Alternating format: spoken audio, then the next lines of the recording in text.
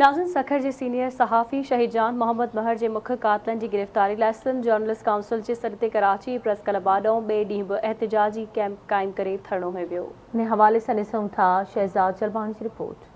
Sindh journalist council जे सॾ ते शहीद जान मोहम्मद महर जे कातलनि जी गिरफ़्तारी लाइ ॿिए ॾींहुं बि कराची प्रेस क्लब आॾो एहतिजाजी कैंप क़ाइमु करे धरणो हयो वियो। एहतिजाजी धरणे में सिंध जे मुख़्तलिफ़ शहरनि खां आयल साफ़िन समेत सियासी समाजी अॻवाननि शिरकत कई। एहतिजाजी कैंप ते मुस्लिम लीग नून जे मरकज़ी अॻवान ऐं अॻूणे MNA खियलदास कोहिस्तानी, क़ौमपरस्त अॻवान सिंधु नवाज़ घांगरो, जमायत इस्लामी यूथ जे सदर डॉक्टर इम्तियाज़ पालारी, KU जो सदर फ़हीम सिद्दीकी, KU जे दस्तूर जो सेक्रेटरी नेमत ख़ान, मलीर प्रेस क्लब जो सदर मुर्तज़ा चांडियो समेत सीनियर सहाफ़िन शिरकत कई। धरणे खे ख़िताब कंदे सिंध जर्नलिस्ट काउंसिल जे मरकज़ी सदर काज़ी ज़ुल्फ़कार, गाज़ी झंडीर, वहीद राजपर, फ़हीम सिद्दीकी, महेश कुमार, नेमत ख़ान ऐं ॿियनि चयो त शहीद जान मोहम्मद महर जा कातिल 36 ॾींहं गुज़रण बावजूदि अञा ताईं गिरफ़्तार नाहिनि थी सघिया। इन मौक़े ते एहतिजाजी कैंप में शामिल उहिदेदारनि आवाज़ TV सां ॻाल्हाईंदे चयो त कैंप असीं लगाए हुए समझो था पिया त इहे एसि ताईं जारी रहंदी जेसिताईं शहीद जान मोहम्मद महर जा कातिल गिरफ़्तार न थींदा। जेसिताईं तव्हां सवाल था लॻाए त असीं न रुॻो हिते पर हाणे पाण सोचूं था पिया त हिन एहतिजाज खे पाण अॻिते खणी वञूं ऐं जेकॾहिं असांखे इंसाफ़ न मिलियो, शहीद जान मोहम्मद महर जा कातिल गिरफ़्तार न थिया त असां CM हाउस ऐं IG ऑफिस जे ॾाढो मार्च करे उते धरणो हणंदासीं। पुलिस ऐं जेकी सिंधी निगरान हुकूमत आहे उहो कहिड़ो इंसाफ़ कंदी। माण्हू अॻुवा लॻा पिया आहिनि घोड़की में, जेको पुलिस आहे DSP उतां जो उहो वञे थो दाड़े लंदे त असांखां बुंग वठो जेसिताईं जेको असां तव्हांखे पैसा ॾियण लाइ तयारु आहियूं 3 लख महीनो, जेसिताईं असांजो SSP साहिबु आहे तेसिताईं हिते ॾोह न कयो। त इहा हालत आहे पुलिस जी त उहो कहिड़ा जे कातिल गिरफ़्तार कंदी, कचे में कहिड़ो ऑपरेशन कंदी, दाड़ेलनि खे कीअं गिरफ़्तार कंदी। ख़ुदि जेको आहे सिंध पुलिस जी जेकी कारकर्दगी ते सवाल उथनि पिया। जान मोहम्मद महर जा कातिल कीअं गिरफ़्तार थींदा, अञा ताईं ऑपरेशन शुरू न थी सघियो आहे।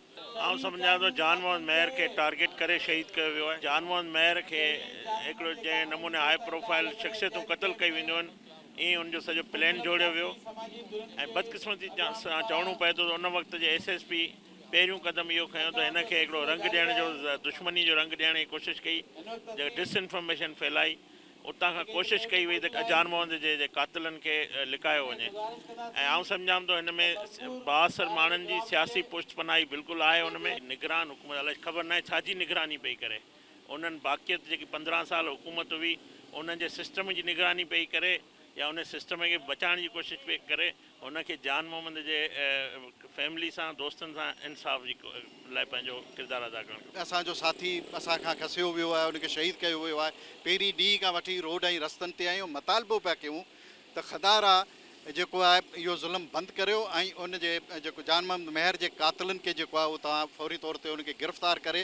घटि में घटि जेके ॿिया सहाफ़ी आहिनि उन्हनि खे महसूसु थियो त कुझु ईअं बि इन मुल्क में इंसाफ़ आहे, आम माण्हू खे कुझु तहफ़ुज़ जो जेको हिकिड़ी उमेद पैदा थिए। न त असांजो इहो एहतिजाज जेको आहे अॼु हिते पुरमन आहे, सुभाणे असीं इन खां अॻिते बि वधंदासीं।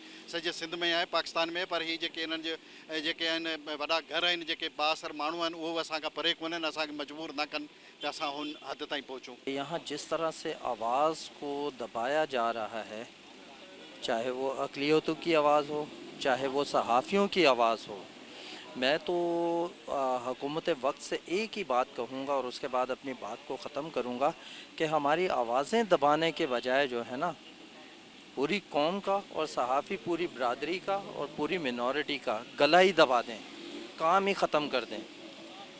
ना रहे बांस ना बजे बांसुरी। ये मौजूदा जो निगरान गवर्नमेंट है, जो इस वक्त वज़ीर आला साहब बैठे हुए हैं, हम उनसे ये अपील करते हैं कि इनके कातिलों को जल्द से जल्द गिरफ़्तार किया जाए और उन्हें इबरतनाक सज़ा दी जाए।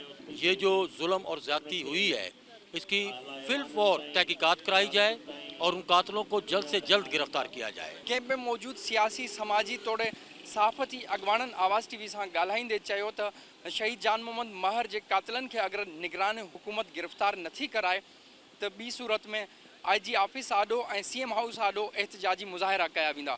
कैमरामैन बाकर रज़ा सां गॾु शहज़ाद जलबाणी, आवाज़ TV, कराची।